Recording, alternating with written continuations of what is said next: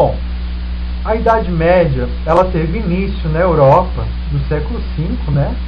Ela se estendeu até o século XV, e as características predominantes nessa época, né? Ou seja, os zeitgeist dessa época, era a economia ruralizada, era o enfraquecimento comercial, a supremacia católica, a igreja dominava esse período, né? A sociedade era bastante hierarquizada e era um sistema feudal, né? Devido a esse sistema feudal, é que as sociedades eram hierarquizadas. Nesse período foi onde aconteceu a Inquisição medieval na França, no século XII. Foi essa Inquisição que deu origem a todas as demais Inquisições que aconteceram na próxima idade, né? A sociedade era medieval, ou seja, ela era estática, né, dentro desses feudos. A educação, a arte, a filosofia, devido a esse poderio da igreja, ela era posse da igreja.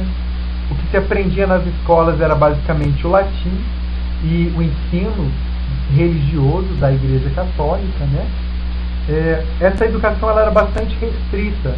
Apenas quem tinha acesso às escolas eram os filhos dos senhores feudais, os filhos da corte. Então ela era bem restrita. A arte e a arquitetura era bastante monopolizada, digamos assim, pela igreja.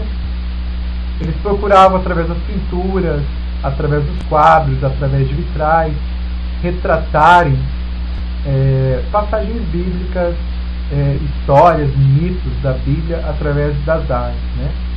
A filosofia ela também era bastante monopolizada pela igreja. É onde surge nesse período a chamada escolástica, tendo como grande destaque aí São Tomás de Aquino. Nesse período acontece também as cruzadas no século XI e diversas outras guerras, como as guerras medievais, que era a busca de poder, a busca de novas terras. Esses feudos lutavam contra outros feudos em busca aí de estar expandindo o seu poder, expandindo os seus feudos. Também nesse período acontece a peste negra. A peste negra ela devasta 1/3 da população europeia, e isso traz consequências drásticas para esses feudos, né?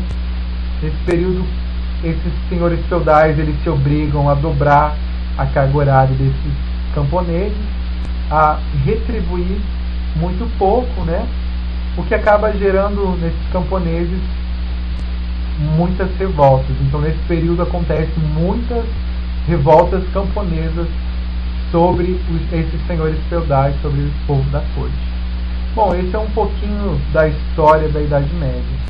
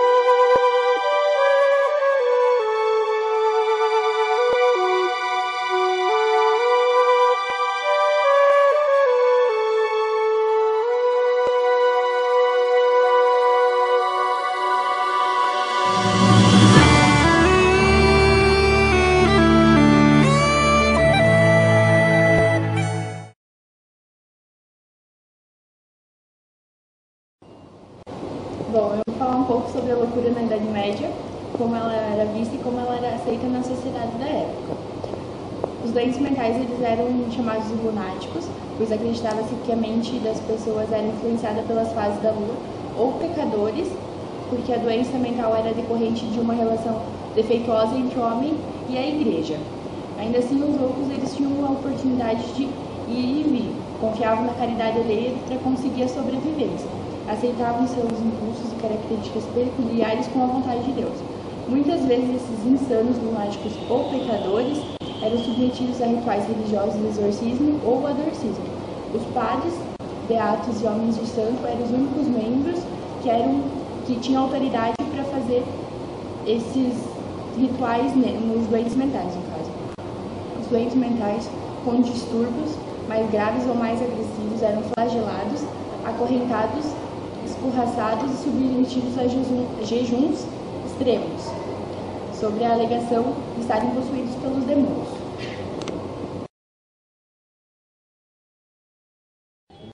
O termo epilepsia significava surpresa, pois os ataques ocorriam de forma inesperada. As crises podem ser causadas por qualquer tipo de lesão no cérebro, como um trauma, um tumor, um derrame ou um problema congênito. Na maioria das vezes, as crises não danificavam os neurônios, porém 3% dos casos dos ataques tinham duração semelhante a 30 minutos. A epilepsia era considerada uma doença de grande importância por sua elevada incidência. Os romanos acreditavam que a epilepsia era uma doença contagiosa e os doentes deveriam ser mantidos em locais afastados com o objetivo de proteger a população. Eles eram impedidos de entrar em templos e igrejas. Na Idade Média, acreditava-se que as crises epilépticas eram provocadas por possessões demoníacas ou por forças sobrenaturais, malignas, que submetiam e se apoderavam do corpo. A doença não é transmitível, a vítima perde o controle sobre os movimentos, sensações e sentimentos. A boca espurra, os olhos piscam alucinadamente. Quando cessa o ataque, o corpo dói como se eles tivessem levado uma surra por horas. E hoje 90% dos epilépticos conseguem se livrar das crises.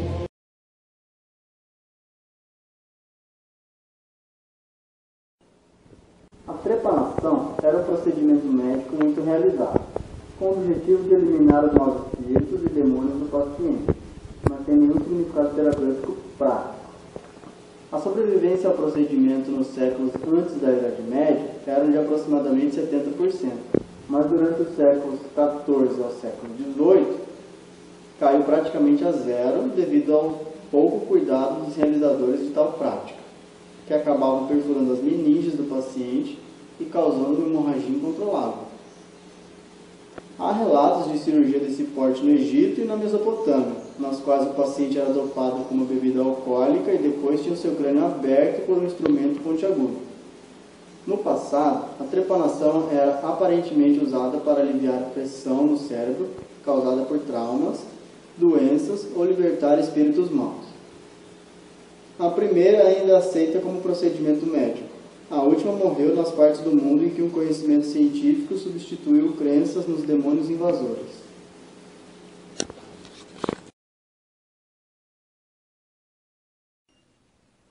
A Idade Média é conhecida como o período das trevas. A loucura nessa época era considerada como uma possessão demoníaca.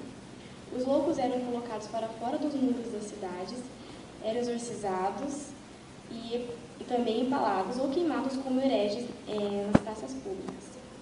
Como era considerado uma possessão demoníaca, muitos loucos tiveram o crânio aberto para que o demônio saísse. Isso ocasionou centenas de milhares de mortes de muitos deficientes mentais. Acreditavam também que os loucos tinham uma pedra na cabeça. Era comum realizar nos malucos uma operação cirúrgica chamada extração da pedra da loucura, ou trepanação.